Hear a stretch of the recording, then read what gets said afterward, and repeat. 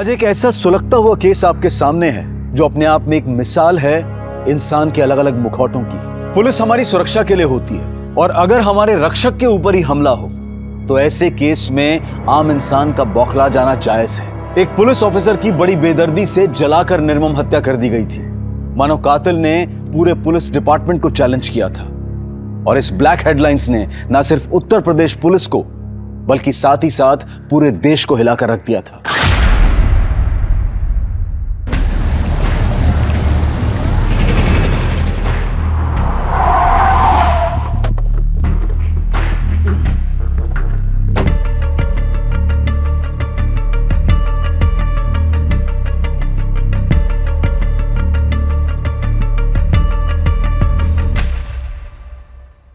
Sir, ये रही वो फाइल।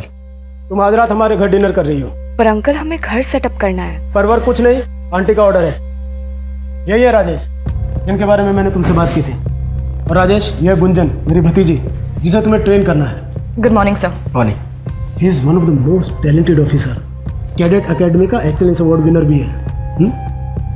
और राजेश, तुम्हें मेरी भतीजी को ट्रेन तो करना ही है, लेकिन इसे मेरी भतीजी समझकर छूट देने की कोशिश मत करना। और गुंजन, हमारा मेंटर बहुत स्ट्रिक्ट है, जरा ध्यान से। अंकल ने आपकी बहुत तारीफ की है। I am really lucky to have you as my mentor. सुबह 7 बजे workout and be on time. Good luck.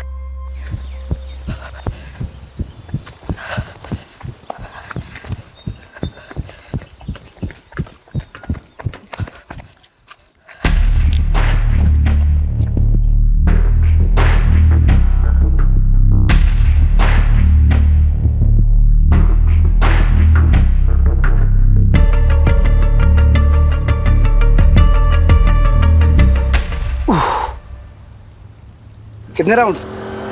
1100। थक गई? No sir. अरे Shiv Prasad, good morning sir. Good morning. बच्चों को स्कूल छोड़ दिया? जी सर। और सपाटे मारो।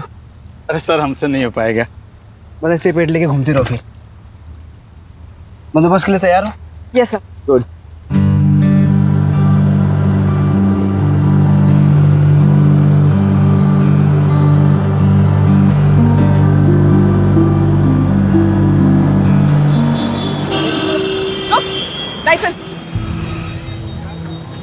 सर, पहले दिन नाकाबंदी मैडम से नहीं हो पाएगा। देखिए, हार मान जाएंगे। अगर आज ये हार मान गई तो आगे बड़ी ऑफिसर कैसे बनेगी? हेलो, रुको। लाइसेंस। मैडम, लाइसेंस घर पे है, आप भी घर जाओ। क्यों अपनी धूप में त्वचा खराब कर रही हो? त्वचा काली पड़ जाएगी। औरत से बात करने की तमीज सीख ले, वरना तेरे चेहरे का रंग बिगाड़ दूंगा मैं। लाइसेंस दिखा। चल। विदाउट हेलमेट और फैंसी नंबर प्लेट और महिला पुलिसकर्मी से बदतमीजी से पेश आया, मेंशन करके फाइन मारो। Yes sir.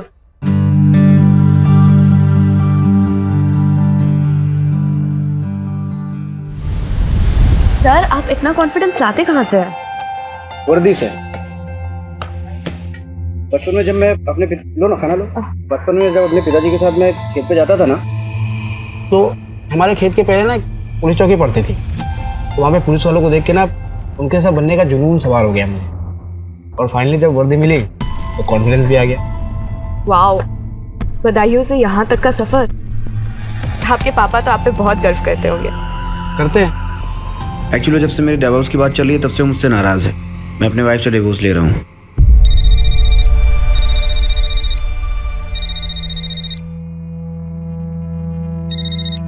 हाँ। कहाँ तक पहुँचे?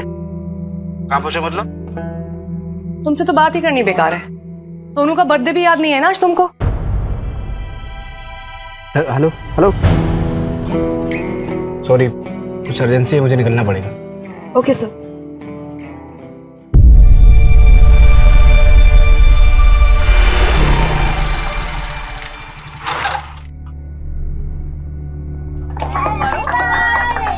Happy birthday to you, happy birthday,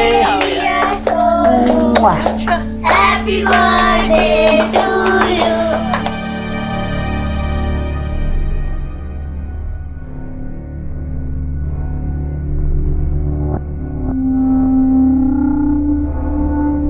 मुझे सुबह जल्दी उठना है।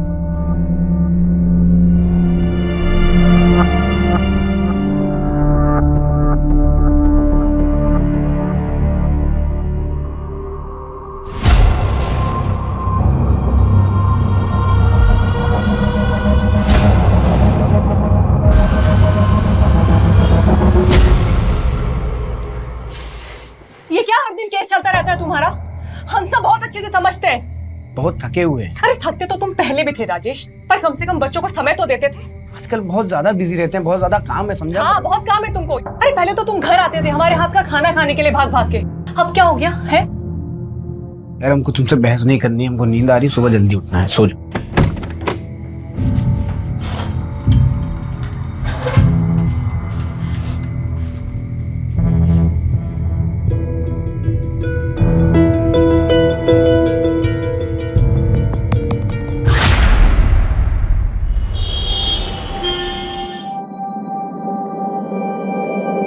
हेलो, हमको मिलना है तुमसे।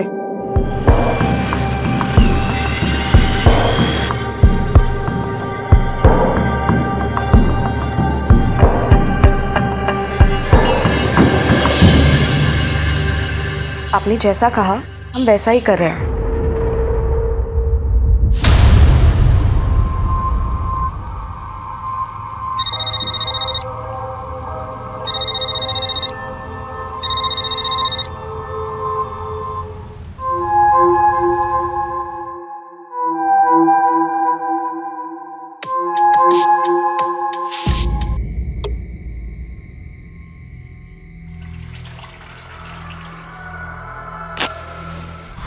आज के दौर में ये कहना गलत नहीं होगा कि आप किसी भी इंसान को पूरी तरह से नहीं जान सकते हैं। हम सभी अपने चेहरों पर कई चेहरे लेकर चलते हैं। राजेश की जिंदगी में पिछले कुछ दिनों से जो चल रहा था उसका परिणाम एक भयानक रूप में सामने आया था। इतना तो तय था कि वारदात के बाद सामान्य रूप से चल रही कई जिंदगियों में भूचाल आने वाला था।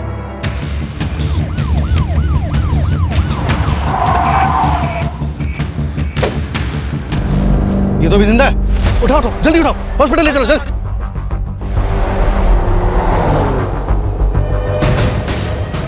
आईडी नंबर नोट करो, 7741। इसकी इंफॉर्मेशन निकालो जल्दी।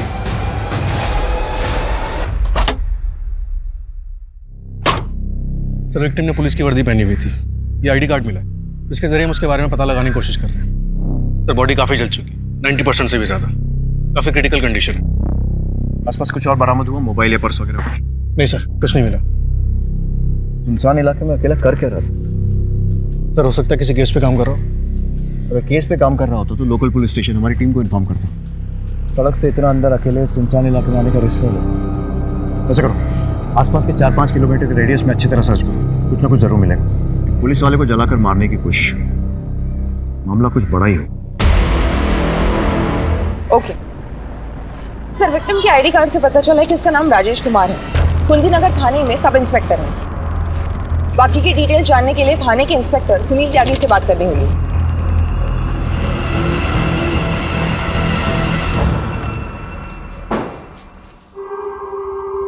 पेशेंट इज नो मोर। मरने से पहले उसने पेपर पर यह लिखा।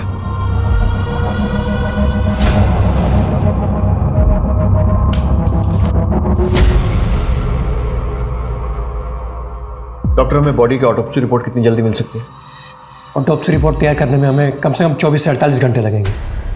राजेश के साथ ऐसा होना हमारे लिए काफ़ी शॉकिंग है। राजेश उस इलाके में किसी केस की इंक्वायरी के लिए गया था? केस? राजेश तो काफ़ी वक्त से सस्पेंडेड था, उस पर तो डिपार्टमेंटल इंक्वायरी चल रही थी। इंक्वायरी? जी हाँ। एक्चुअली हमारे एक ऑफिसर ने लक्की नाम के एक हिस्ट्री शीटर को गिरफ्तार किया था और उसके पास से 2 पिस्टल बरामद हुई थी।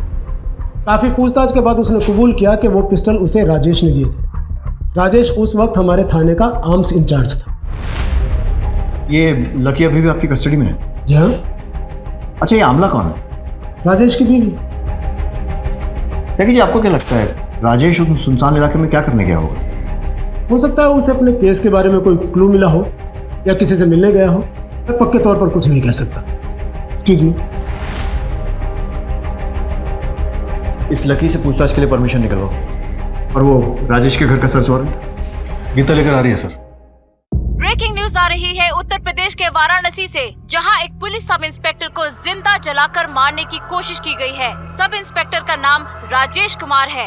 हमारे संवाददाता हमारे साथ पल पल की रिपोर्ट शेयर कर रहे हैं। सर, हमें पता चला है कि सब इंस्पेक्टर राजेश कुमार को जिंदा जलाकर मारा गया है। पुलिस ने इस मामले में अब तक क्या कदम उठाए हैं? सर, क्या ये मामला पर्सनल दुश्मनी का है या इस मामले का लिंक किसी और बड़े मामले से है? देखिए, सब इंस्पेक्टर राजेश कुमार की हत्या हमारे डिपार्टमेंट पे भी शॉप, लेकिन मैं आपको एक चीज की गारंटी दे दूं कि हम मुजरिमों तक पहुंचने में कोई कसर नहीं छोड़ेंगे। प्लीज। राजेश की हत्या की वजह से मीडिया में बहुत बवाल है। हमारे अपने आदमी के साथ क्राइम हुआ है, इसलिए सबकी नजर इस पर। तो मुझे इस केस में जल्द से जल्द प्रोग्रेस चाहिए। गीता, क्राइम लोकेशन पर एक टीम के साथ जाओ, फिर से अच्छी तरह पूरी सर्च करो। सर। दुबे, राजेश की बीवी अमला से मिलो, उससे पूछताछ करो और उसके घर की तलाशी लो। Right sir. और हाँ, जब तक ये केस सॉल्व नहीं हो जाता है कोई ब्रेक नहीं लेगा। Is that clear? सर।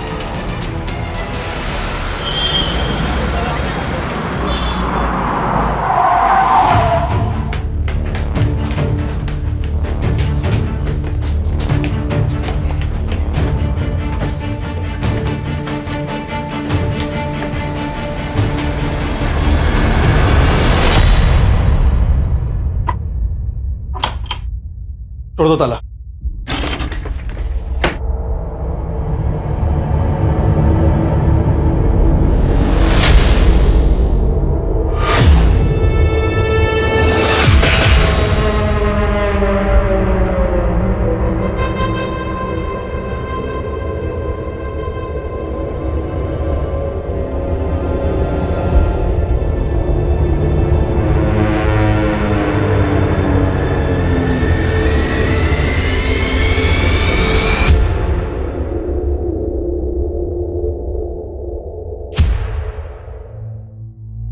ये राजेश की बीवी अमला कहाँ है? सर, कहाँ है ये तो पता नहीं, लेकिन 6-7 दिन हुए यहाँ से गए हुए। बच्चों के साथ निकलते हुए देखा था। और हाँ सर, हाथ में सूटकेस भी था। बहुत गुस्से में थी।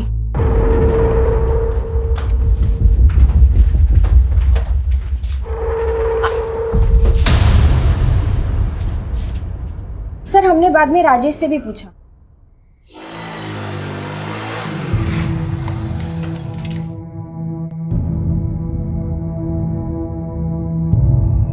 राजेश, आमला कहाँ गई है? वो हमारे गांव गई है, बदायूं। अचानक से? बताया नहीं उसने। सब ठीक तो है ना आप दोनों के बीच? हाँ, सब ठीक है। वो अचानक उसका जाने का प्लान बन गया ना, तो इसलिए शायद बताना भूल गई होगी। हमें थोड़ा अजीब तो लगा था, क्योंकि सर इससे पहले आमला कभी बदायूं नहीं गई। और वैसे भी सर, पति पत्नी में अगर झगड़ा होता है तो पत्नी मायके जाती है, ना कि ससुराल। उनके बीच झगड़े किस बात पे होते थे? झगड़े होते तो थे, लेकिन किस बात पर होते थे वो हमें नहीं पता।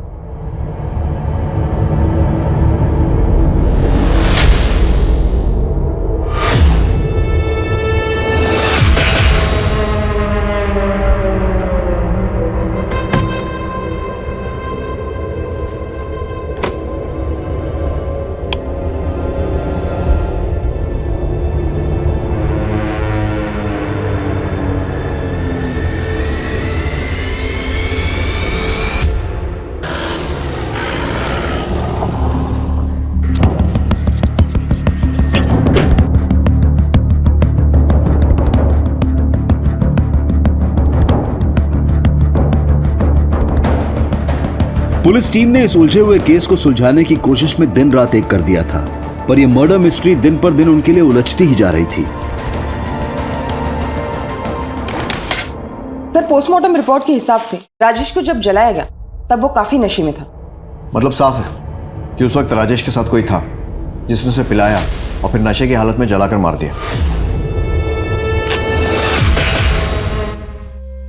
क्राइम स्पॉट से कुछ और? नहीं सर, कुछ नहीं मिला। और आमला? सर, पड़ोसी ने बताया कि आमला राजेश के गांव बदायूं गई है और राजेश की फैमिली बनारस आने वाली।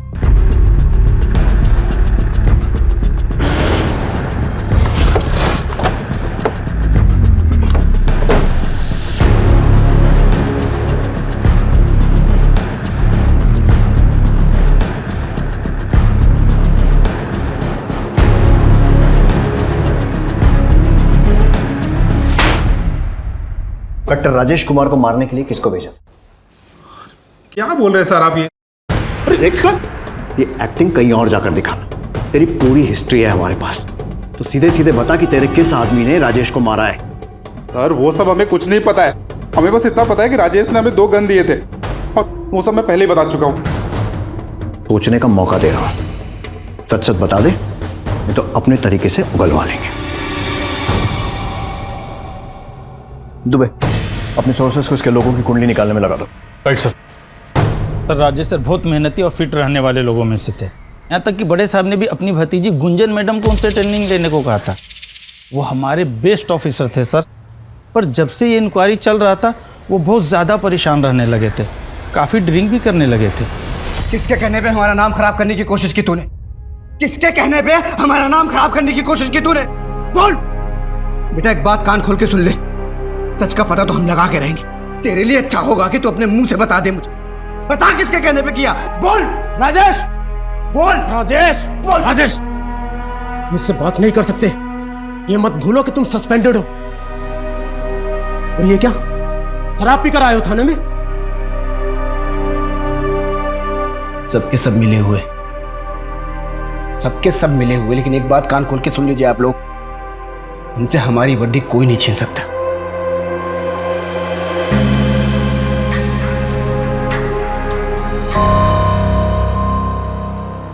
अच्छा, राजेश की थाने में बाकी सब लोगों के साथ कैसी बनती थी?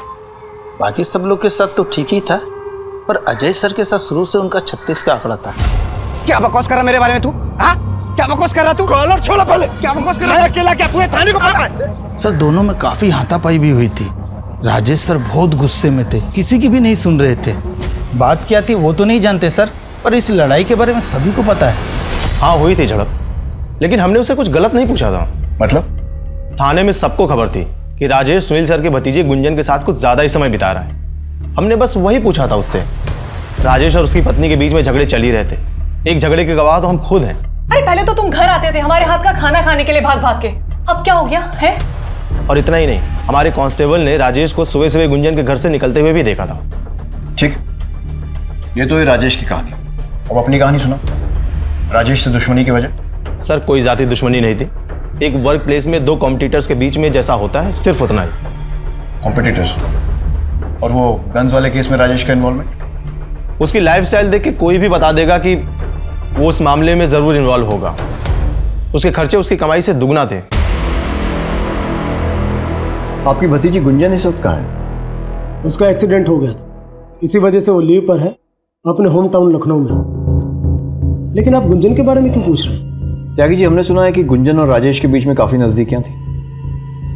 देखिए, राजेश एक शादीशुदा बाल बच्चेदार आदमी था और गुंजन एक पढ़ी लिखी समझदार लड़की है।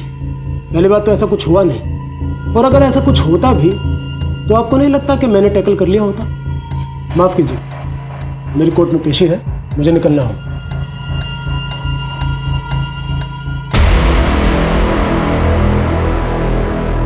जैसे जैसे इन्वेस्टिगेशन आगे बढ़ रही थी, नए नए खुलासे हो रहे थे। एक पुलिस ऑफिसर की जिंदगी में वर्दी और ओहदे के अलावा कई केसेस की उलझनें भी होती हैं, और कई बार उन उलझनों का असर जाती जिंदगी पर पड़ता है और कई बार जाती जिंदगी का असर काम पर। राजेश मर्डर केस की अब तक की तहकीकात में दोनों ही पहलू बहुत उलझे हुए मिल रहे थे और ये केस अब बहुत बड़ा हो गया था।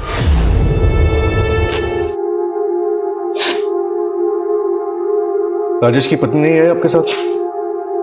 सर सुनने में तो आया था कि वो आजकल यही बनारस में। बनारस में? लेकिन हमें तो पता चला है कि वो पिछले हफ्ते बदायूं चली गई थी। ये क्या बात कर रहे हैं सर? 6 महीने हो गए जब से डिवोर्स की बात चल रही है। वो बोला यहाँ बदायूं क्या करने आएगी साहब? 6 महीने? लेकिन 1 महीने पहले तो राजेश ने अपने बेटे का बर्थडे सेलिब्रेट किया था। सर राजेश का कोई बेटा नहीं, उसकी एक बेटी है। यही है ना राजेश का परिवार? नहीं साहब, ये राजेश का परिवार नहीं है।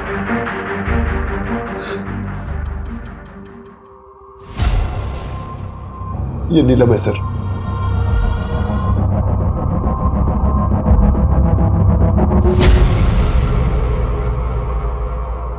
तो क्या नीलम दूसरी औरत के बारे में सही कह रही थी।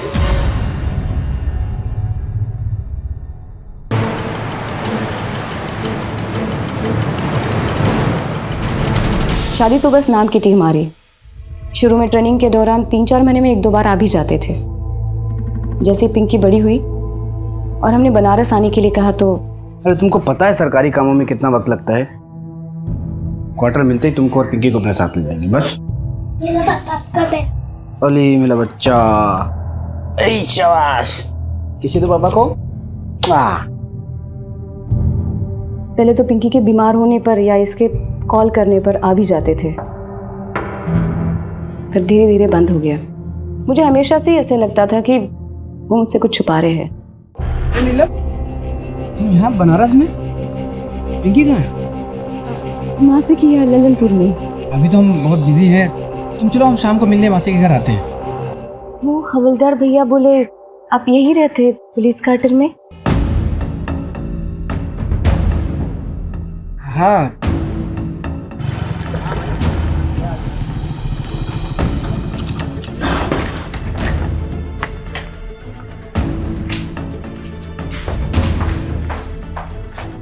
आपने बताया नहीं कि आपको पुलिस क्वार्टर मिला है? हम तो पिंकी की स्कूल शुरू होने से पहले ही शिफ्ट हो जाते यहाँ। अरे हम बताने वाले थे, भूल गए। अरे ज्यादा टाइम नहीं हुआ क्वार्टर मिले हो।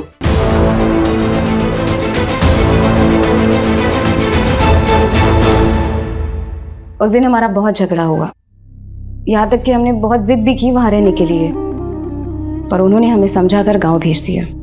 कुछ दिनों बाद तंग आकर हमने उन्हें जब डिवोर्स की बात की तो वो झट से मान गए। यहाँ तक कि जब हमारे पापा भी उन्हें समझाने के लिए गए, बात करने के लिए गए तो जब राजेश कुछ भी नहीं था तब हमने नीलम का रिश्ता किया था उससे। आज जब राजेश की सरकारी नौकरी लग गई है तो हमारी बेटी को छोड़ देने की बात कर रहा है। वो बेटा रहना नहीं चाहता उसके साथ, तो कैसे जबरदस्ती करे? समझिए, आप समझिए ना उसे। मेरी बेटी नीलम का क्या होगा, पिंकी का क्या होगा? यूं सबको मजदार में छोड़ देना कहाँ की समझदारी है भला? अब राजेश से आखिरी बार कब मिली थी? बनारस आने के बाद हम उन्हें कभी नहीं मिले। कभी भी नहीं? पिंकी की पढ़ाई और हमारी नौकरी में इतना समय निकल जाता है कि हमें फुर्सत मिलती ही नहीं, और हम अब पीछे मुड़कर नहीं देखना चाहते। सर, नीलम को देख के ऐसा बिल्कुल भी नहीं लगा कि उस पर राजेश की मौत का कोई असर हुआ है। सुबह राजेश और नीलम का डाइवोर्स भी नहीं हुआ। ऐसे में राजेश की मौत का डायरेक्ट फायदा नीलम को ही होगा। तो क्या सर, अब नीलम भी हमारी सस्पेक्ट लिस्ट में? बिल्कुल। नीलम के कॉल रिकॉर्ड निकलवाओ और साथ ही साथ ये भी पता लगाओ कि राजेश ने मरते समय आमला का नाम ही क्यों लिखा।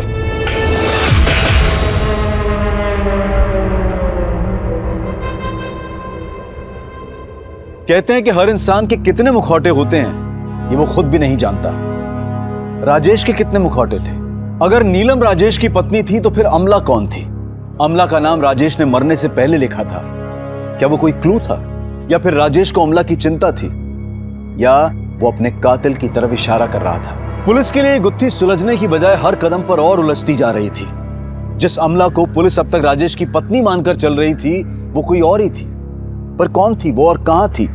और क्या राजेश की मौत में उसका कोई हाथ था? सवाल कई थे और पुलिस हाथ आती हर इंफॉर्मेशन से तार जोड़ने की कोशिश कर रही थी। सर, पता चला आमला राजेश की वाइफ ही नहीं है। क्या? Yes sir. इतने दिनों तक राजेश हम सबकी आंखों में धूल झोंकता रहा और पता नहीं कौन कौन सी कहानियां सुनाई थी उसने हम सबको।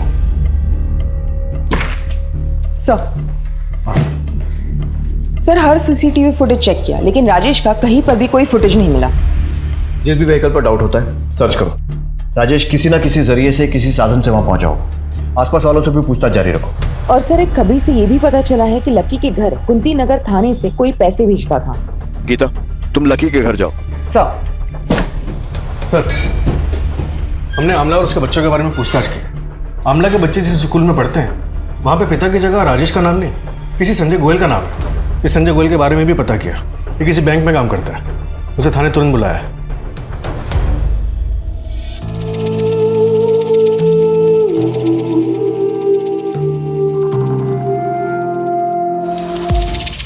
सर, हमारा तलाक 2 साल पहले हो गया था। आमला का हमारी माँ के प्रति व्यवहार बिल्कुल अच्छा नहीं था। हमने बहुत कोशिश की बदलने की कि सब कुछ ठीक हो जाए, लेकिन वो नहीं बदली। बहुत जिद्दी है। अमला, तुम्हें किसी भी चीज की जरूरत हो, कोई भी हेल्प चाहिए तो मुझे बेझिझक बोलना। झिझक? झिझक कैसी? तलाक के बाद तो ये हमारा हक है। बस तुम पैसे टाइम से भिजवा दिया करना। अम्मा की दवाइयों का बहाना लगा लगा के ना हर बार की तरह कटौती मत करना, वरना हम नहीं फिर कोर्ट बात करेगी तुमसे, समझे?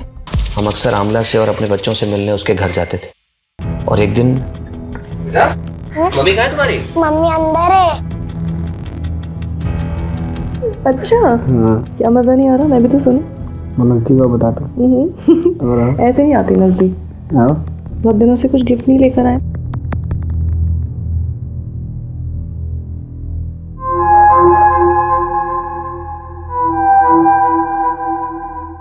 क्या कहा तुमने? शादीशुदा है और एक बच्चा भी है। तुम इससे मिली कहाँ? यही रहता है पास में। बेचारा हर दिन मशक्कत करता था खाने के लिए, तो एक दिन हमने सोचा घर पर ही बुला लेते हैं। बस तभी से यहीं का होकर रह गया है। और फिर संजय, तुम तो जानती हो हमारे हाथ के खाने का जादू है ना। एक शादीशुदा आदमी के साथ रहकर तुम्हें क्या मिल जाएगा? और ये बच्चे, इनके बारे में सोचा है कभी? जब ये सब देखेंगे तो क्या असर पड़ेगा उन पर? संजय, बच्चों के बारे में सोचकर ही ये कदम उठा रहे हैं। सरकारी नौकरी करता है राजेश, दोनों बच्चों का भविष्य एकदम सुरक्षित रहेगा। और तो और अपनी बीवी को तलाक देने के लिए भी तैयार है हमारे लिए। सर, आमला ने अपनी जिद के आगे किसी की नहीं सुनी, ना तब ना अब। लेकिन हमारा डर गलत नहीं था सर।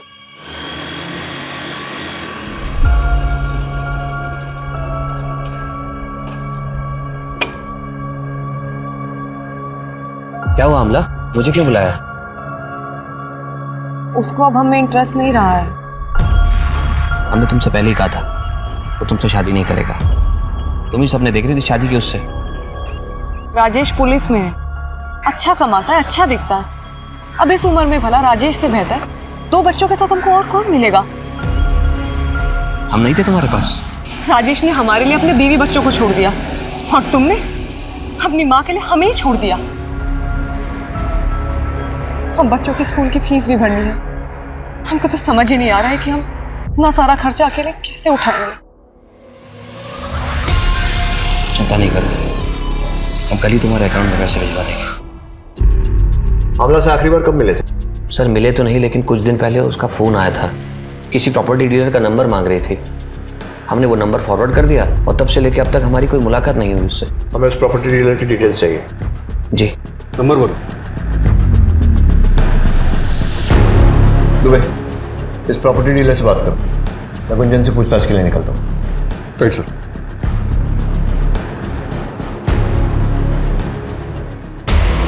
बहुत गूंज सुन रहे हैं आपके नाम की गुंजन जी।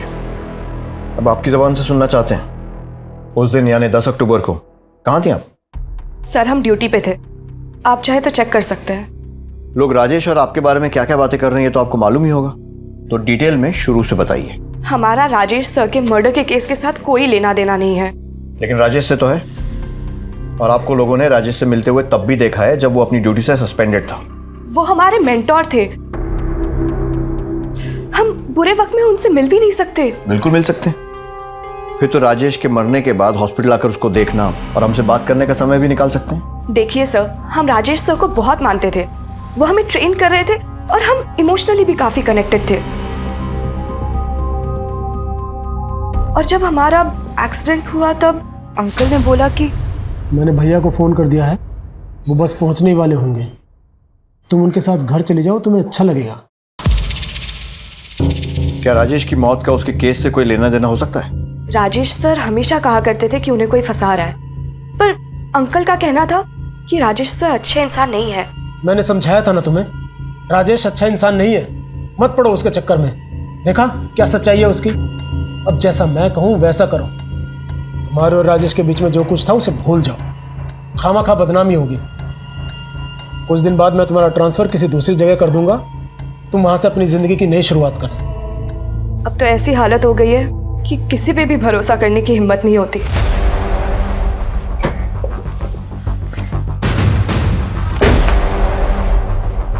इन्हें पहचानते हो? मैंने तो कुछ दिन पहले ही मकान किराए पे दिलाया था। एड्रेस क्या है? लिख के दो।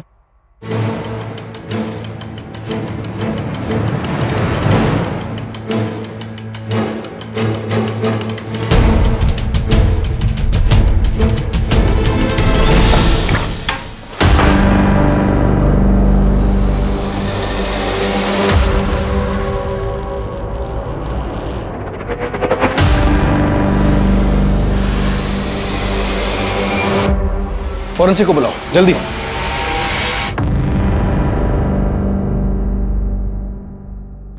सर, ये आमला के घर पे कुछ तो बड़ा कांड हुआ है, आप प्लीज जल्दी आइए। ठीक है, ओके सर।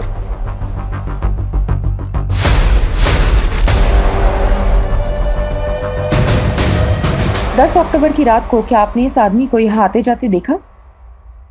वैसे तो देर शाम कोई आता जाता नहीं, लेकिन हाँ, जब हम घर को वापस जा रहे थे तो हमने देखा कि स्कूटर पर दो लोग आए थे और अंधेरे में जा रहे थे। आप और कुछ बता सकते हैं उन लोगों के बारे में या फिर उस स्कूटर के बारे में?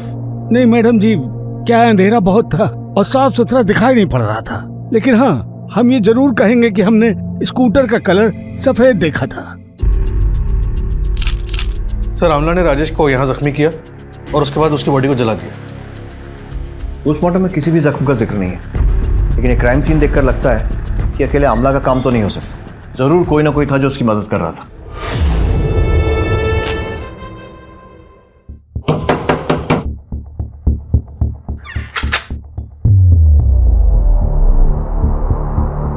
आप कौन? इससे पहले तो कोई और आता था पैसे देने। आप नए हैं क्या? हाँ। ये कब तक छूट कर आ जाएंगे? आप लोग ने बोला था कि 1 महीने में छूट कर आ जाएंगे। ऐसा किसने बोला था? राजेश को क्यों मारा? क्योंकि उसे पता चल गया था कि तुम उसे झूठे केस में फंसा रहे हो। हमने किसी को नहीं मारा और ना ही हमने किसी को झूठे केस में फंसाया है। लेकिन पैसे तो तुम ही भेजते थे ना लकी के घर। हाँ सर, लेकिन वो तो हम सुनील सर के कहने पर करते थे और ये सब मैं सिर्फ प्रमोशन पाने के लिए करता था। आपके पास क्या प्रूफ है कि मैंने ये किया? त्यागी जी, अजय अपनी नौकरी बचाने के लिए आपके खिलाफ सारे सबूत देने को तैयार हो गया, तो आप भी टाइम वेस्ट किए बिना खुल के बता दीजिए सच क्या है। जी करता है यूं ही तुम्हारे सामने खड़ी रहूं, लेकिन बाय, कल मिलते हैं।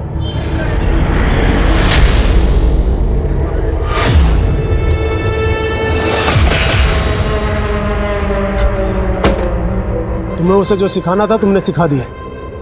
तुमसे पहले भी कह चुका हूं कि उससे दूर रहो, वरना ऐसी जगह ट्रांसफर करूंगा ना कि बिजली पानी को तरस जाओगी। आप मेरा ट्रांसफर तो करा देंगे सर, और गुंजन को कैसे रोक पाएंगे मेरे साथ आने से? जब राजेश फिर भी नहीं माना तो हमने एक तीर से दो शिकार करने के बारे में सोचा। हमने उसे एक ऐसे केस में फंसाया जिससे हम ही उसे निकाल सकते थे। वो जब भी हमारे पास गिड़गिड़ाते हुआ आता तो हम उसके सामने एक ही शर्त रखते, गुंजन से दूर जाने की शर्त। जब इतना फुल प्रूफ प्लान था तो ऐसा क्या हुआ कि आपने अगला कदम उसे मारने का उठा लिया? हमारा प्लान सक्सेसफुल होता उससे पहले ही किसी ने उसे मार दिया। अपने ही डिपार्टमेंट और अपने पुलिस स्टेशन के इतने काबिल अफसर के साथ खेल खेलते हुए आपको शर्म नहीं आई?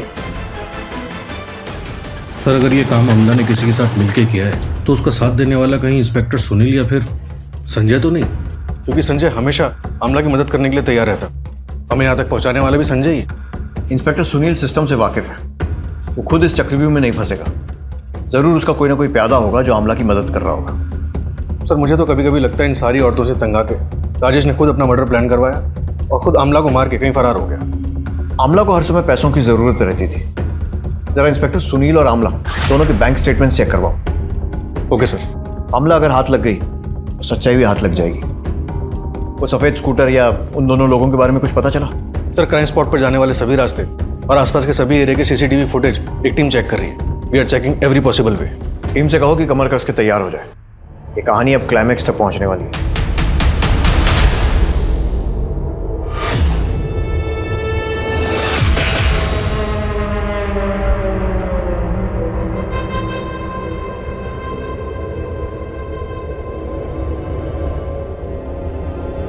बहू, बच्ची को लेकर तुम घर आ जाओ। घर? कौन सा घर? हमने तो काफी पहले ही छोड़कर आ जाना चाहिए था।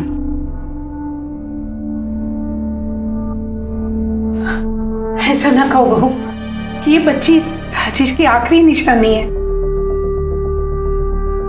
आखिरी निशानी? इस बच्ची को लेकर इस शहर में जब हम अकेले उसकी जिम्मेदारी उठा रहे थे तब कहाँ था आपका प्यार? लोग नौकरी देने के लिए जिस्म का सौदा करने की मांग कर रहे थे। एक अकेली औरत का इज्जत से रहना कितना मुश्किल होता है आप नहीं जानते। बेहतर है कि आप यहां से चले जाइए। पुलिस ने अपनी तहकीकात में कोई कसर नहीं छोड़ी थी। आए दिन कुछ नए खुलासे हो रहे थे। कभी ऐसा लगता था कि राजेश की हत्या में कोई प्रोफेशनल एंगल है और कभी ऐसा लगता था कि पर्सनल। केस घूमते घूमते एक चक्रव्यूह का रूप ले चुका था और ऐसे में पुलिस को एक और झटका मिला और इस चक्रव्यूह की गति को दुगना कर गया।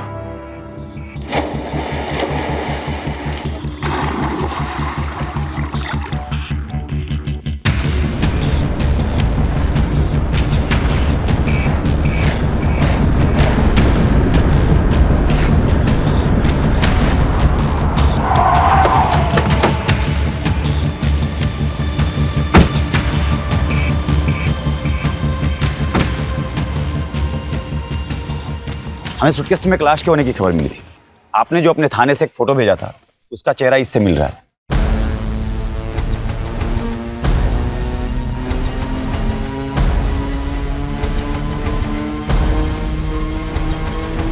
दुबई इस केस ने तो सीधा यू टर्न ले लिया। जिस अमला को अब तक हम संभवतः दोषी मान रहे थे वो तो खुद विक्टिम निकली। दीपक नगर के आसपास का पूरा एरिया छान मारो, एक एक से पूछताछ करो। इतने बड़े सूटकेस में डेड बॉडी ले जाई गई है, किसी ना किसी ने कुछ तो देखा होगा। Right sir. सर मुझे तो बच्चों की चिंता हो रही है, कहीं उनके साथ कुछ बुरा ना हुआ।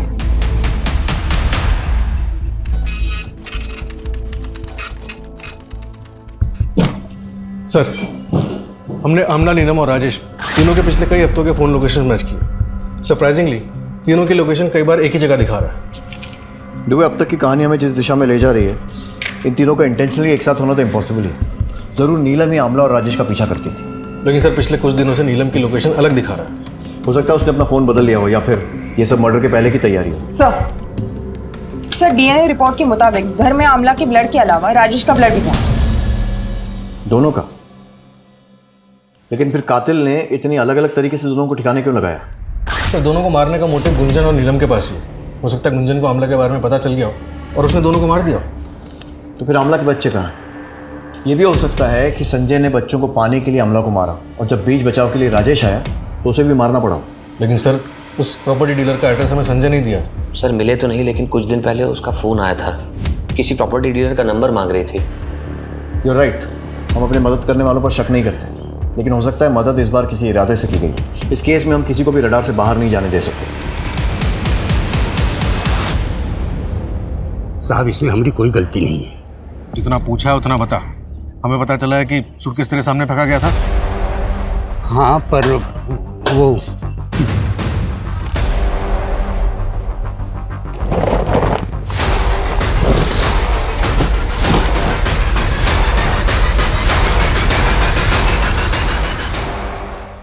ये बता कि जिसने सूटकेस फेंका था उसे पहचान सकता है? हाँ पहचान सकता हूँ साहब, वो आप ही लोग में से थे। मतलब कि वो पुलिस वाले थे और उन्होंने ही पानी में सूटकेस फेंका था।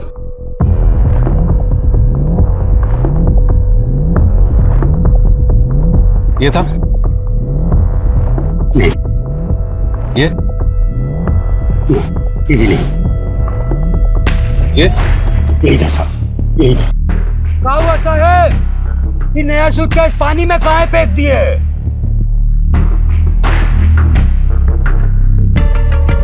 धार्मिक किताबें थी, दीमक लग गई थी तो सोचे रोड पे फेंके तो पाप चढ़ेगा ना, इसलिए पानी में फेंक दिए। राजेश ने आमला को मारा तो फिर राजेश को किसने मारा होगा? चल क्या रहा है? सर पोस्टमार्टम रिपोर्ट से साबित होता है कि राजेश की मौत आमला की मौत के 5-6 घंटे के बाद हुई थी। सर एक सीसीटीवी फुटेज में हमें उस व्हाइट स्कूटर पर 2 लोग दिखाई दिए, लेकिन वो फुटेज इतनी क्लियर नहीं है। सर ये देखिए, फिर हमें ये एमके रोड का फुटेज मिला है जिसमें इस व्हाइट स्कूटर का नंबर साफ दिखाई दे रहा है और जिसके नाम पर रजिस्टर्ड है उसका पता चल गया है। तुम्हारे मोबाइल की लोकेशन उसी जगह मिली है या राजेश जली हुई हालत में मिला था? तो भलाई इसी में है, सीधे सीधे सब कुछ बताओ।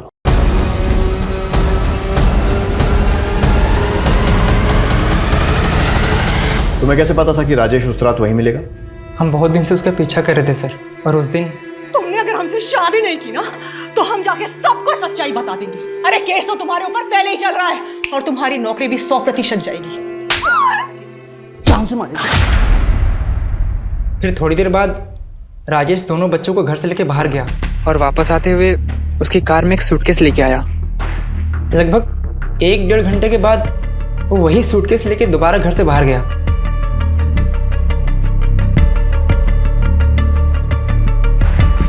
हमको कुछ गड़बड़ लगा सर, इसलिए हम अपना दोस्त को फ़ोन करके बुला लिए। उसके बाद हम दोनों राजेश की गाड़ी का पीछा करने लगे।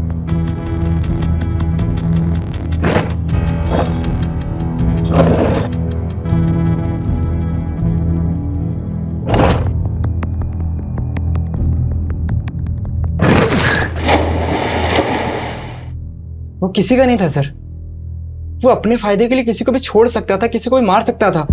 मेरी दीदी को भी इसने बहुत परेशान किया था सर। वो जब भी घर वापस आती थी ना सर, सिर्फ रोते हुए आती थी। हम उसको अपनी दीदी की जिंदगी बर्बाद करने का सजा दिए हैं सर। और ये सोचे हो कि सजा देने के चक्कर में तुमने खुद को कितनी बड़ी सजा दी है, और उससे भी बड़ी सजा दी है अपने परिवार को।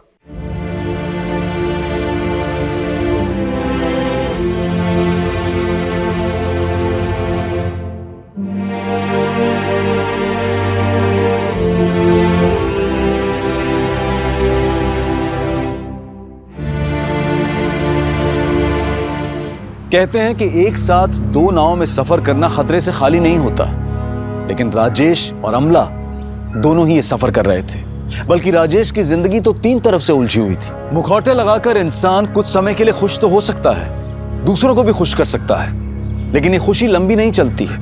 और जब इसका एहसास होता है तो वहीं से शुरू होता है बेचैनी का एक ऐसा सिलसिला जो कभी भी एक खतरनाक अपराध की शक्ल ले सकता है। दोहरी जिंदगी के ताने बाने को सुलझाने के लिए राजेश और नीलेश दोनों ही हत्यारे बन गए। अपनी इच्छाओं को पूरी करना कोई बुरी बात नहीं है, लेकिन हम सही और गलत के बीच के अंतर को समझने की कोशिश नहीं करते हैं, उसके अंजाम की परवाह नहीं करते हैं, और नतीजा हम खुद ही अपनी तबाही के जिम्मेदार बन बैठते हैं।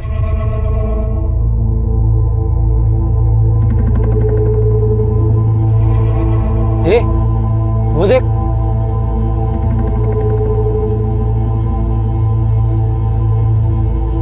डार्लिंग कहाँ चली बन ठन के? चल चला जा।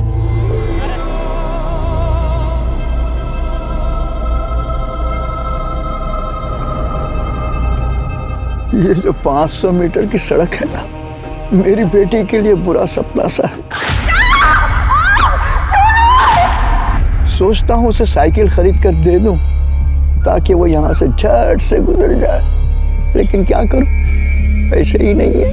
अब बेचारी रोज इस सड़क से गुजरेगी और उसे रोज ये सब कुछ सहना पड़ेगा। नमस्कार, आदाब। मैं अनूप सोनी क्राइम पेट्रोल सतर्क के ब्लैक हेडलाइंस अध्याय के आज के एपिसोड में आप सबका स्वागत करता हूं। आज जो केस हम आपको दिखा रहे हैं उसकी यादें जरूर आपके जहन में अब तक ताजा होंगी। आज पूरे देश में महिलाओं और लड़कियों के प्रति होने वाले अपराध और शोषण के खिलाफ एक आक्रोश छाया हुआ है। रोज अपराधियों को फांसी पर लटकाने की बात होती है, कहीं एनकाउंटर की बात होती है, लेकिन इसके बावजूद लड़कियां सुरक्षित महसूस नहीं करती। उस 500 मीटर के रास्ते का सफर नर्क में सफर करने से कम नहीं था। वो 500 मीटर की सड़क जहां हर रोज किसी न किसी लड़की के साथ कुछ न कुछ जरूर होता था। बिट्टू की अम्मा, अरे आज बिट्टू से मिलने जाना है बहुत जल्दी। घर पे बिट्टू राह देख रहा होगा अपनी, है ना? आज जाना चाहिए घर पे। इस मनुष्य सड़क में इतनी ताकत थी कि वो रोज लोगों की किस्मत का फैसला करती थी। और एक दिन इस सड़क पर हैवानियत का एक ऐसा नंगा नाच हुआ जिसे देखकर न सिर्फ उस जगह के लोगों की बल्कि पूरे देश के लोगों की रूह कांप गई। उस दिन इस सड़क का शिकार थी ये लड़की।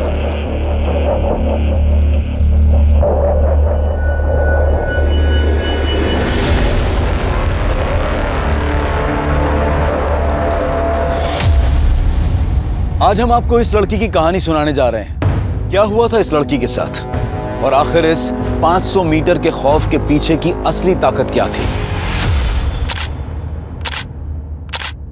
देख अच्छे से फोटो ले। रुक्मिणी ताई के कद से भी दुगने बड़े पोस्टर बनने चाहिए। रुक्मणी से बड़ा कोई नहीं हो सकता, उसका पोस्टर भी नहीं। वो तो है ताई। कैसा है? अरे सॉलिड एकदम ताई। 2 महीने बाद इलेक्शन शुरू होने वाला है, तुम लोगों का सब लफड़ा बंद। कोई राडा नहीं चाहिए मेरे को। सब औरत लोग माँ नहीं तो बहन, कोई मजाक नहीं, मस्ती नहीं, मारा मारी नहीं, समझ ला? अरे ताई आप निश्चिंत रहिए, हम कोई लफड़ा नहीं करेंगे। लफड़ा किया तो ना सबके खाल में भूसा भर दूंगी। ए सुन ना, अरे सच्ची वाला लव यू करते रहे तुझसे। अरे अब क्या खून से चिट्ठी लिख कर दे क्या? क्या रे, कौन शादी के लिए बोल रहा है तुझको? इतना क्यों भाग रही है? एक दिन के लिए गर्लफ्रेंड बन जाना। हाँ चले खेत में, चल।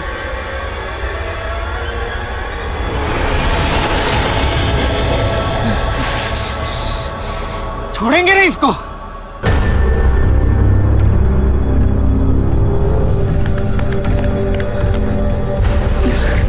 साला कोत्रिया, सुन, बाबा को इस बारे में कुछ मत बताना वरना हमारा कॉलेज आना जाना बंद कर देंगे। चल। ये लो।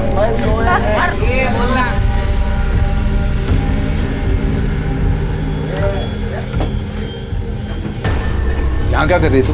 वो बाबा यहाँ क्यों आई हो? वो आजूबा परीक्षा शुरू होने वाली है ना, प्रैक्टिकल बुक के लिए पैसे चाहिए थे। तो यहाँ आने की क्या जरूरत थी? अभी से मांग लेती, पता ही नहीं जगह कैसी है। अरे क्या रघु काका, नैना और वर्षा कोई छेड़ेगा क्या? वर्षा बोले तो तुम्हारी नात और प्रदीप बहू की बेटी है नैना, कोई छेड़ेगा ना उसको काट डालेगा मैं। ये ले, वापस यहाँ मत आना, जा।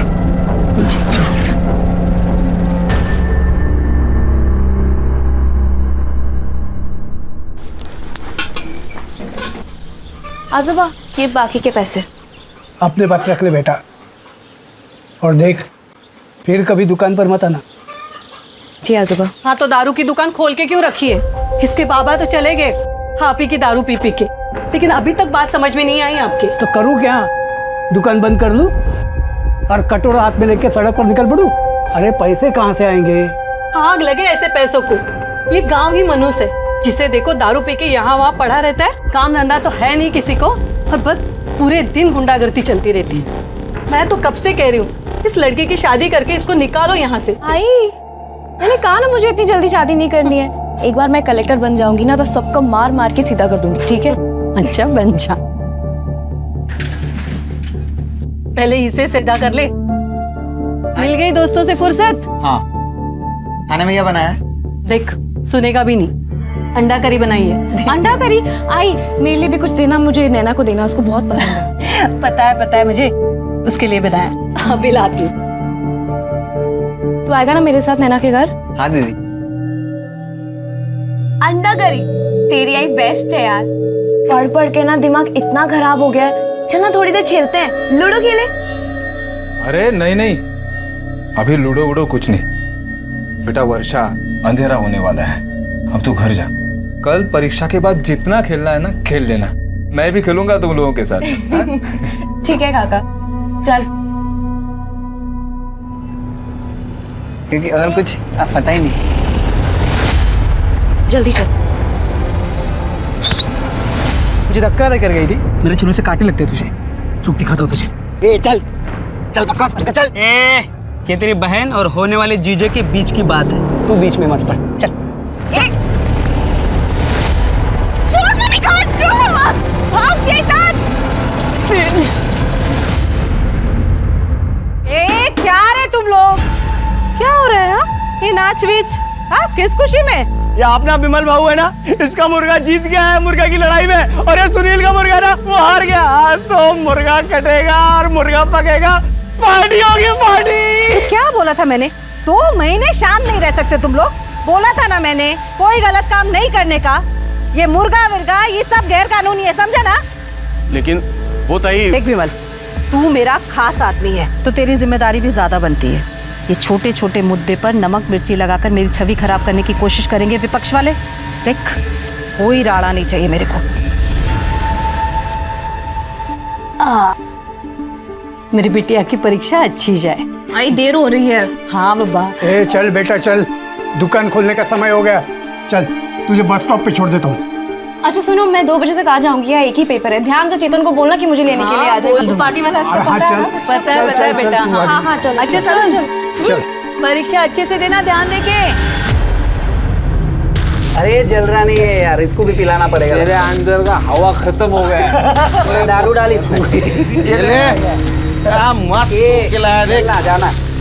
अरे बियर खत्म हो गया। अभी मेरे को क्या मालूम। ये लो। अरे क्या रघु काका, इतना देर लगाता है तुम। जल्दी खत्म होगी क्या? काका पार्टी तो आज रात भर चलेगा क्या रे? पार्टी है, पीना पड़ेगा। नहीं थोड़ा पियो। आई। अरे कहाँ था तू? जा जल्दी ताई को लेके आ। वो अभी थोड़ी ना आएगी, वो तो 5 बजे आएगी। अरे नहीं, वो अभी आएगी, उसने बताया जल्दी आने वाली है वो। आई मुझे पता है, ताई कभी आएगी। अरे नहीं, तू जा, वो इंतजार करती होगी। अभी नहीं, मैं थोड़ा खा के अरे आता हूँ। सुन तो, वो इंतजार करती होगी। भूख लगी है।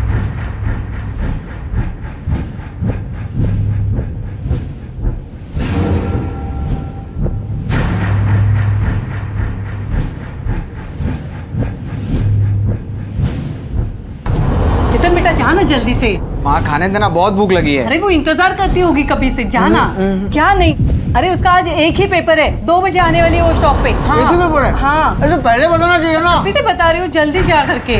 हो गया। रखना, बाद में खाने आने के बाद खा। होगा। बस जहाँ जल्दी। हाँ लड़का है।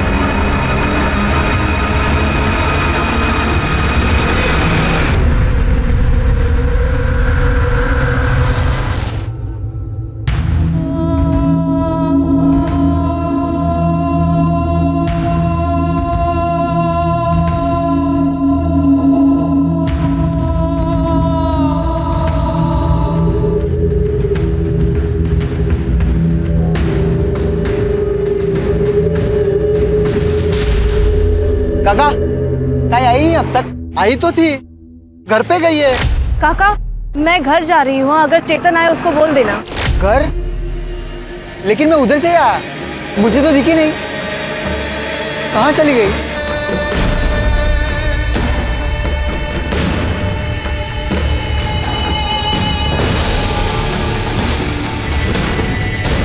अरे बेटा क्या हुआ? वर्षा कहाँ? ताई घर पर नहीं आई? नहीं तो क्या हुआ बेटा? पता नहीं कहाँ चली गई। अच्छा तू नैना के घर पे जाके देख, वहां गई होगी शायद। वर्षा तो यहाँ नहीं आई, क्यों क्या हुआ? तो कहाँ गई? चेतन हुआ क्या? लेकिन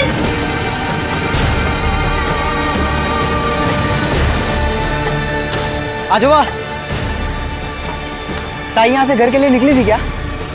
क्यों, मैंने नहीं देखा, अब तक नहीं आई। नहीं पहुंची घर। अरे तो बस स्टैंड पे जाके देख जा। देखता हूँ।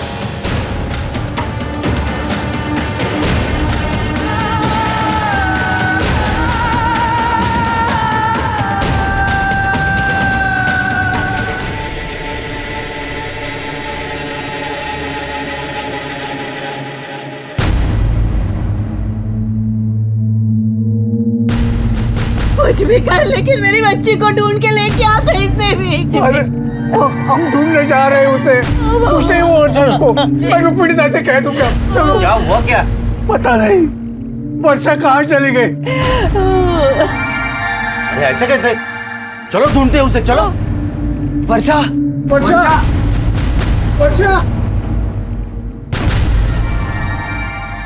वर्षा, वर्षा मिली वर्षा? नहीं, नहीं मिली। नहीं मिली वर्षा। वर्षा, वर्षा, वर्षा, वर्षा, वर्षा ताई वर्षा वर्षा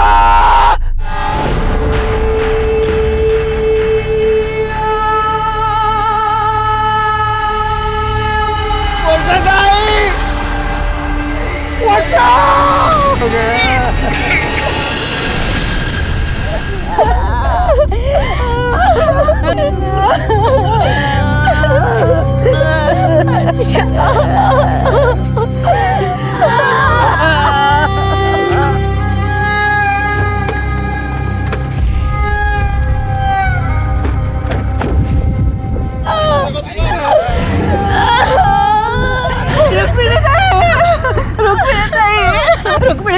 रुक्मिणी ताई देखो ना मेरे बच्चे के साथ क्या क्या है मैंने। शांत हुआ।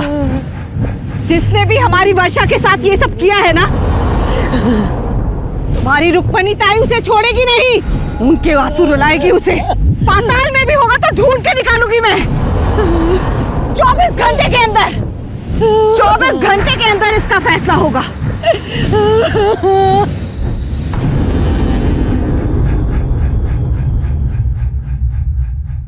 इंस्पेक्टर, हमारा आदमी नहीं है। ताई पर लगता तो हमारा ही आदमी है। कहा ना मैंने कि हमारा आदमी नहीं है। समझ में नहीं आया तुझे? तू किसी को भी बंद कर, किसी को भी उसे बंद कर, फांसी पे लटका या मार डाल, कुछ भी कर, पर इन सब में मेरे आदमी का नाम आया ना, ठीक नहीं होगा।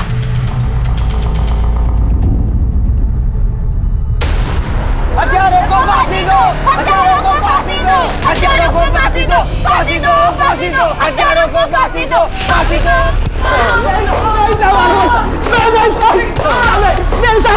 सालो, लड़की के साथ रेप करते हो?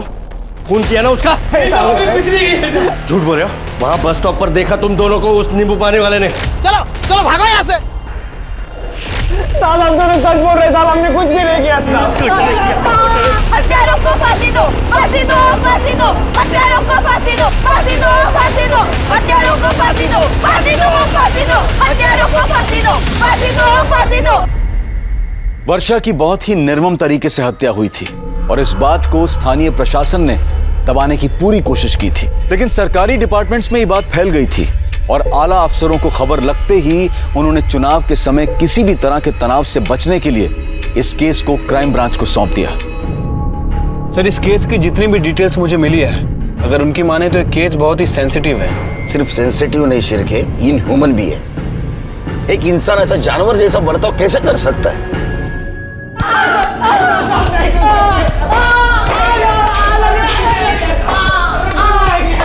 थांबा। इन लोगों पर कितना टाइम बर्बाद करेगा तू? इनका फैसला मैं अभी कर देती हूँ। चल चल चल चल। साहब रुकिए इन्हें, बाहर भीड़ मारेगी लड़कों को। अरे इन्हें भीड़ के हवाले नहीं किया तो ताई हमें मार देगी। चलो। हत्यारों को फांसी दो, फांसी दो, फांसी दो, हत्यारों को फांसी दो, फांसी दो, फांसी दो। शांत रह। इन दोनों गुनहगारों को हम सब मिलकर सजा देंगे। इन दोनों को मैं अपने हाथों से मारकर वर्षा को न्याय दिलवाऊंगी।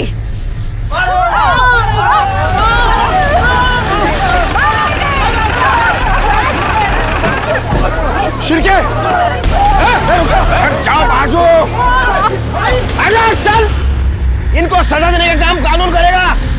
पाप किया है इन लोगों ने, सजा तो मिलनी ही चाहिए। इन्हें सजा कानून देगा। यहाँ का कानून भी मैं हूँ और सरकार भी मैं। आमदार हूँ मैं यहाँ की। आमदार हो या मुख्यमंत्री, कानून से बढ़कर कोई नहीं होता। इन्हें किसी ने हाथ लगाने की कोशिश की तो इसके साथ उसको भी जेल में बंद कर दूंगा, फिर कोई भी क्यों ना हो। तुम लोगों ने इंसानियत तो नहीं दिखाई, लेकिन जो हैवानियत दिखाई है उससे तो जानवर भी डर जाएंगे। साहब हमने कुछ नहीं किया साहब। झूठ मत बोल। उस दिन बस स्टॉप के ऊपर ठेले वाले ने देखा था तुम्हें वर्षा के साथ। साहब हम उस दिन वर्षा के पीछे गए थे।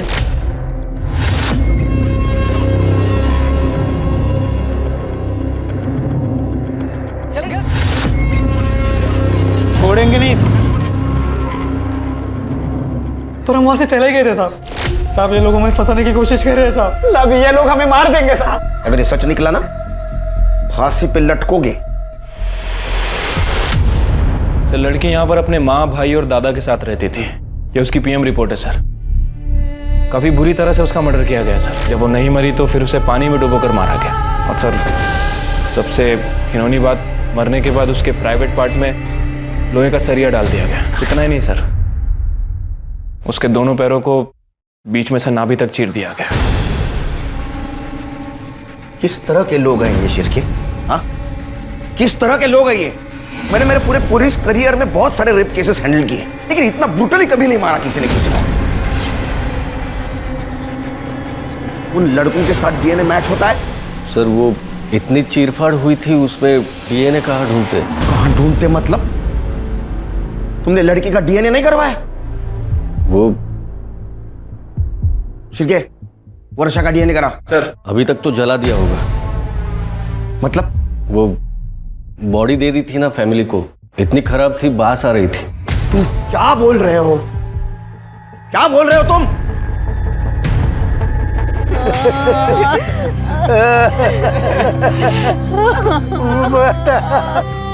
मैंने कहा ना मुझे इतनी जल्दी शादी नहीं करनी है। एक बार मैं कलेक्टर बन जाऊंगी ना तो सबको मार मार के सीधा कर दूंगी, ठीक है?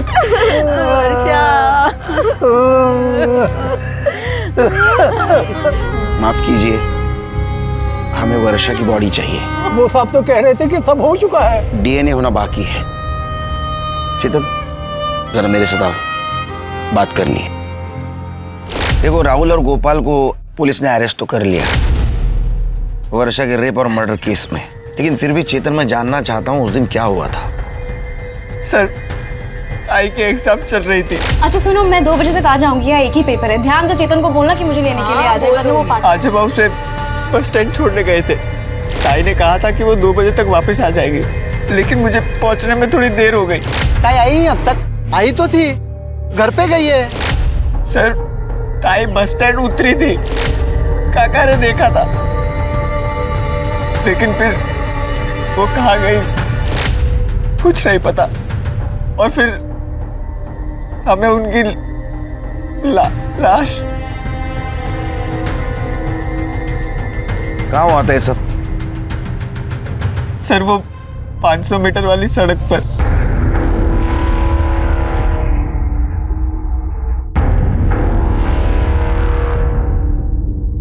सर यहाँ इसी रास्ते से ताहिर उस कॉलेज से आ जा करती थी।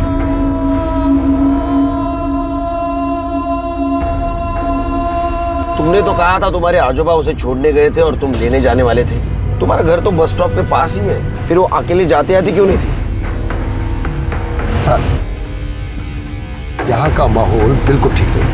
मतलब इस 500 मीटर के बीचों बीच रुक्मणी ताई का पार्टी ऑफिस है और पूरे रास्ते में रुक्मणी ताई के आदमी लोग, गुंडे लोग दारू पीकर पड़े रहते। कुछ कहता नहीं? शायद कोई कुछ कहता है तो चाकू मार देते हैं। तो पुलिस वाले क्या करते हो?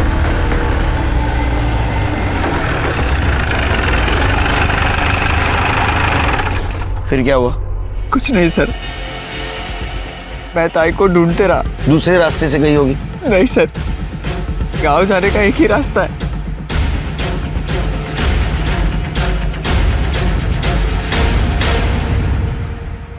शिरके, रास्ता तो एकदम सुनसान दिखता है। अगर यहाँ कुछ होता तो चेतन को जरूर दिखता। वो क्या है? सर वो फैक्ट्री है, बहुत दिन से बंद पड़ी है। चलो।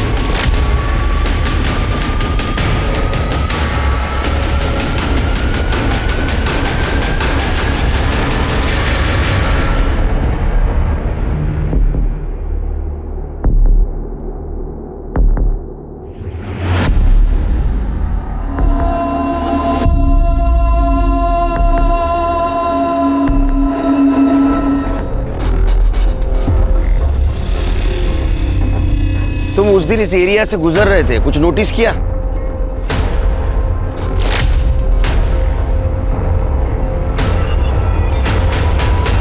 हाँ सर यहाँ विमल भाऊ, वो प्रदीप काका, पक्या भाऊ और सुनील खड़े थे। और सर विमल के शर्ट पे खून लगा था। कहाँ मिलेंगे? सर ये जो विमल है ना, विमल, ये रुक्मणी ताई का खास आदमी है। ये पूरा दिन वही होता है और सिर्फ शाम को सोने के लिए आता है। और ये प्रदीप है ना, वो आगे वाले गांव में रहता है। और ये रुक्मिणी यहाँ के आमदार है। हाँ सर। तो सर्च वारंट के बिना उसके घर नहीं घुस सकते। शिरके, सर्च वारंट निकलवा, तब तक हम प्रदीप से बात करते हैं। ये सील कर दो पूरा। आई ये तू क्या कर रही है? आई छोड़ इसे। आई क्या हुआ है, बोलेगी? चिंता मत कर तू, मैं आत्महत्या नहीं कर रही हूं। मैं तो देख रही थी कि कितना दर्द होता है और उन हैवानों ने तो मेरी बेटी को चीर दिया। कितना दर्द हुआ होगा। सब मेरे वजह से हुआ है। ना उस दिन मैं जाने में देर करता और ना ताई के साथ ये सब।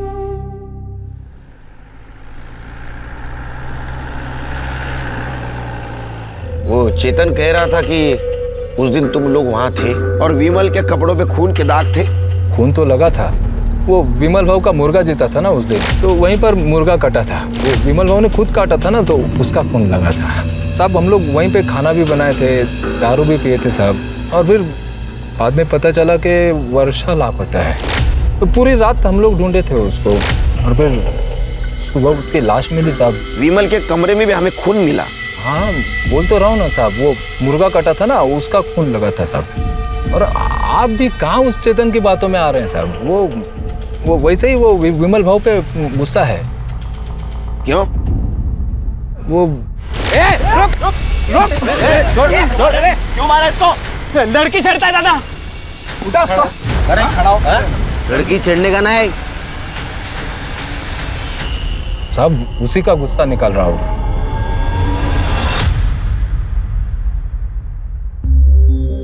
अपनी बेटी की लाश देखकर एक माँ की छाती कैसे फटी होगी समझ सकती हूँ मैं। देख, मैं तेरा दुख तो नहीं बांट सकती, तुझे इस दर्द के साथ ही जीना होगा। हाँ, पर मैं वो जरूर कर सकती हूँ जो एक बड़ी बहन के हाथ में है। 20 लाख दिलवा सकती हूँ तुझे सरकार से, और चेतन को सरकारी नौकरी भी। बड़ी मेहरबानी होगी आपकी। उठ उठ, चली जा। तेरे आदमियों ने मेरी बच्ची के साथ गंदा काम किया, मार डाला उसे, चितड़े किए उसके। तुम अब आई हो हमें यहाँ नौकरी और पैसों की लालच दिलाने। चली जा यहाँ से। अरे क्या बोल रही है तू? आप क्यों बैठे हैं? तू अपने आदमियों को कितना भी अपने पल्लू के पीछे छुपा दे, भगवान ना उन्हें माफ करेगा ना तुम्हें, समझे?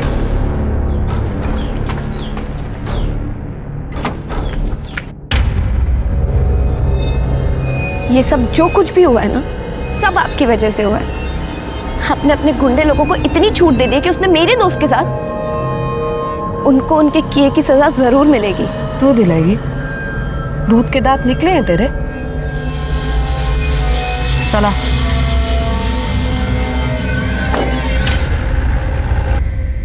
सर, सुनील पकिया और विमल की फोन लोकेशन के हिसाब से उनके फोन की लोकेशन इसी एरिया में है। Sir, I am sure Rukmani के घर में ही होंगे। मुझे भी लगता है। सर्च वारंट का क्या हुआ? अरे बराबर है।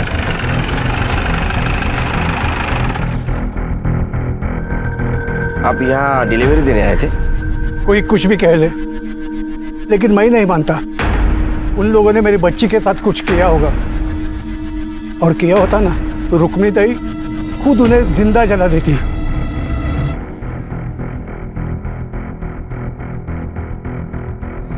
कहाँ? ए सर्च वारंट है हमारे पास। वो अंदर नहीं जाएगा। चल सरक। अंदर नहीं जा सकते। काय करते तुम्ही? थांबा साहेब, सर्च वारंट लेकर आए हैं और तुम लोग रोक रहे हो? पागल है क्या? जाइए सर, सर्च कर लीजिए पूरा घर, कोना कोना।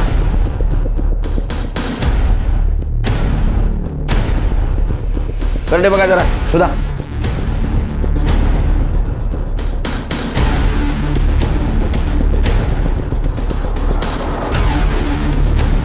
कुछ मिला क्या? नहीं सर। नहीं सर।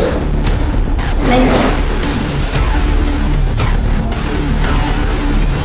क्या हुआ साहेब? कुछ मिला क्या?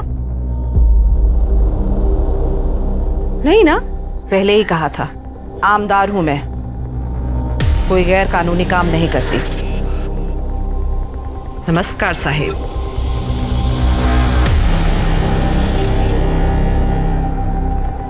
ये विमल यहाँ नहीं तो कहाँ होगा? यार और हो गए बैठे बैठे, कब तक सड़ना पड़ेगा सारा यहाँ पे? अरे टेंशन नहीं लेने का, ताई बंदोबस्त करती है ना। क्या ताई मदद करेगा है? देखना वो पीछे के दरवाजे पे कौन है। हाँ देखता हूँ।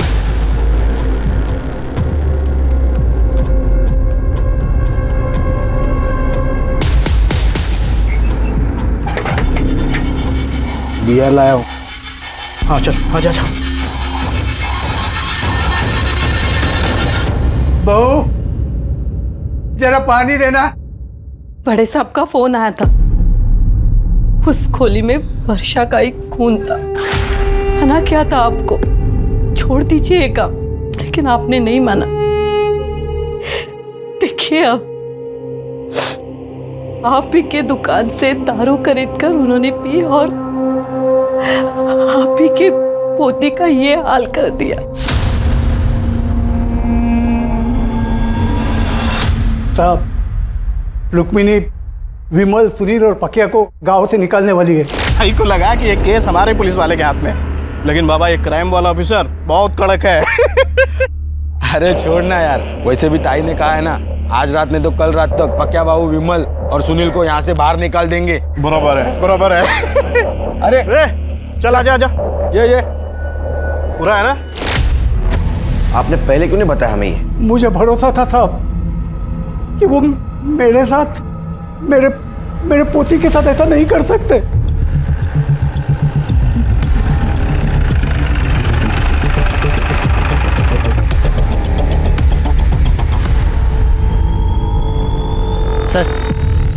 सर पक्की खबर मिली है, विमल, पक्की और सुनील यहीं छुपे हैं। फिर के पीछे से जाओ, कड़े माय हो रही है।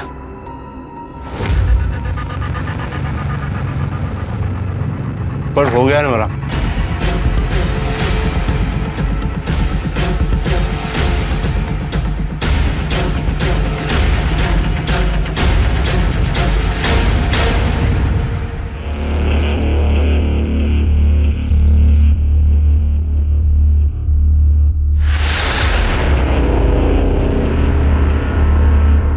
बे भाग रहे हैं।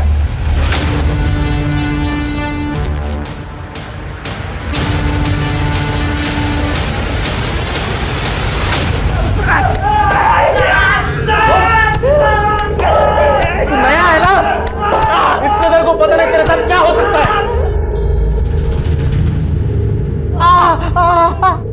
क्या हो सकता है मेरे साथ? क्या हो सकता है? तेरे को गोली लग सकती है, तेरी जान जा सकती है और सारा इल्जाम जाएगा विद्रोही लोगों पर। पकड़ लाओ, इनके नाखून निकालो सबके। बराबर खोलेंगे।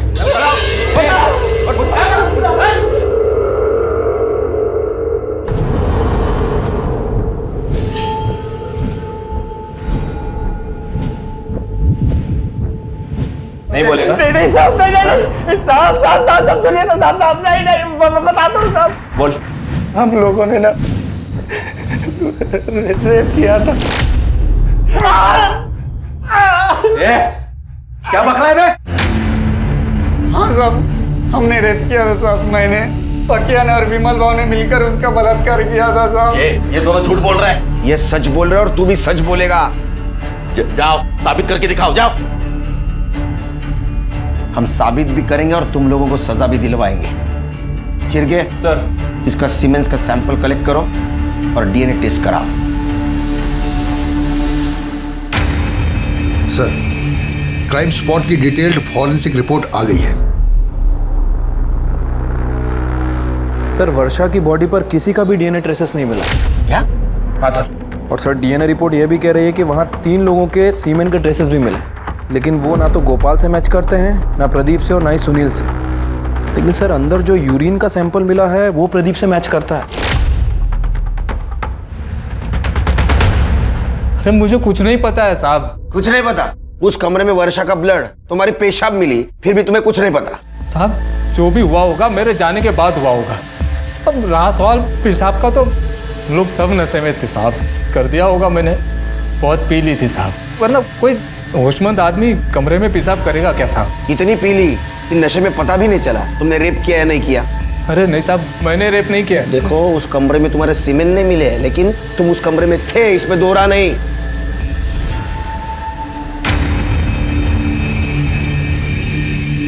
ए इंस्पेक्टर, किधर है मेरे आदमी? इनके आदमी अपने पास है। नहीं। साला शाड़ा बनता है ना तू। मैं जानती हूँ कि मेरे आदमी इधर ही है। तो ढूंढो, पुलिस स्टेशन में ढूंढो। सुनो, कोना कोना ढूंढना। चलो देखो इधर।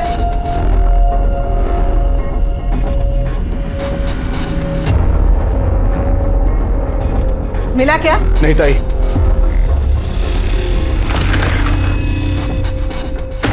ये सब करके मेरी छवि नहीं तोड़ सकता तू। ऐसे कांच की छवि बनाई क्यों जो टूट जाए? रुक्मणी हाय हाय, रुक्मणी हाय हाय, रुक्मणी हाय हाय, रुक्मणी हाय हाय, रुक्मणी हाय हाय, रुक्मणी हाय हाय। बहुत प्यार है ना आपको अपनी इस छवि से। अब देखिए हम लोग क्या करते हैं, इंटरनेट, न्यूज़, हर जगह मैं आपको बदनाम कर दूंगी, फिर आप किसी को ये चेहरा दिखाने लायक नहीं रहेंगी। चेहरा तो तू अपना संभाल। देख मैं तेरे साथ क्या क्या कर सकती हूँ। रुक्मणी हाय हाय, रुक्मणी रुक्मणी हाय हाय, रुक्मणी हाय हाय।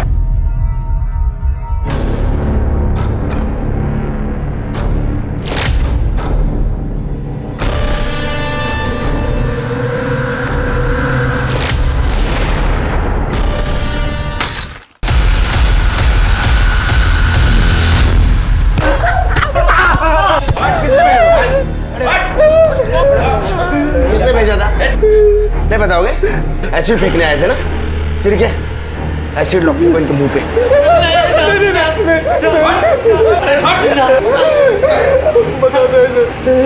बता। रुक्मणी ताई।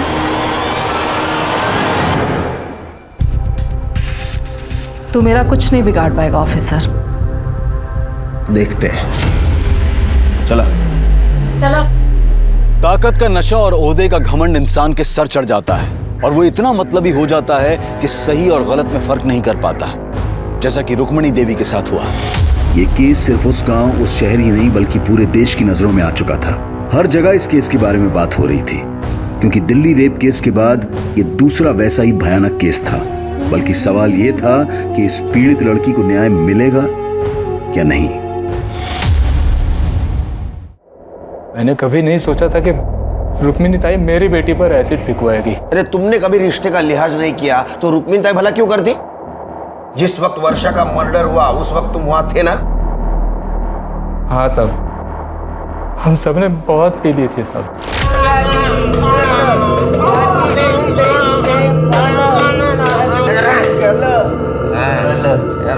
ए बाबू, किसी को उठा देना बाबू, और फिर सुहागरात मनाएंगे ना बाबू। बाबू सुहागरात मनाएगा क्या? एक मैं देख क्या देख।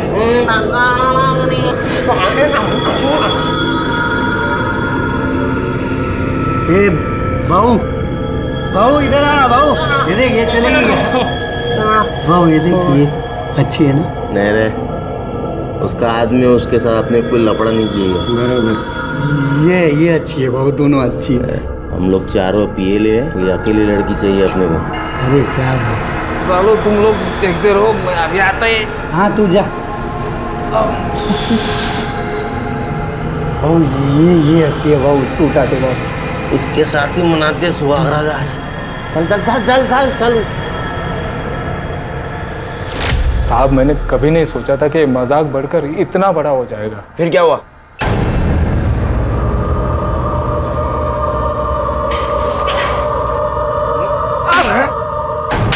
तेरे को ऐसे करते हो शर्म नहीं तेरे को? साहब मैंने कुछ नहीं किया। क्या सबूत है तुम्हारे पास? तुम्हारे सीमेंट और उस रूम में जो सीमेंट मिले वो मैच हुआ है। तो क्या हुआ? मैं और कई लड़कियों को वहां पे लेके जाता था। फिर क्या ऐसा नहीं मानेगा? इनफैक्ट मुझे टाइम वेस्ट करना ही नहीं है। ले चलो। क्या लेके जा रहा है?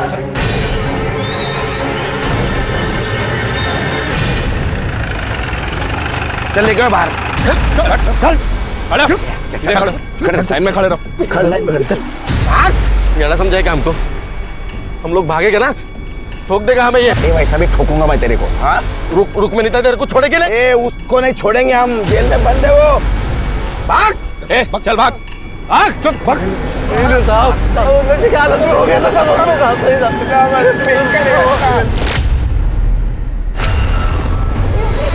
विमल, अरे ये अपनी वर्षा है रे, इसको छोड़ दे। आता है शिकार कोई छोड़ता है क्या?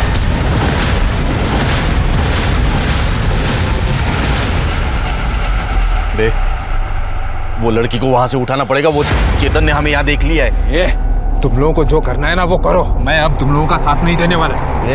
अगर कहीं भी मुंह खोला ना, ध्यान में रख, तेरी भी एक बेटी है। माफ कर दो। नहीं कर दो साहब, मार दो गोली, देखा जाएगा जो होता है। सर जानवर है साले, इन्हें जीने का अधिकार नहीं। सर मारिए गोली। सर काला घोड़ा है ना, मारा। मारिए गोली ना, मारिए।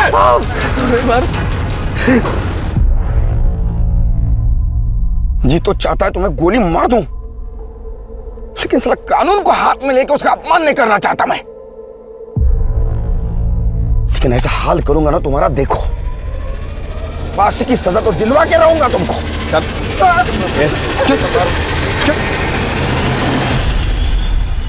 और इस जघन्य अपराध के लिए विमल, सुनील और पकिया को फांसी की सजा दी गई। रुक्मणी को नैना पर हमला करवाने के लिए सजा मिली और प्रदीप को सबूतों की कमी के कारण छोड़ दिया गया।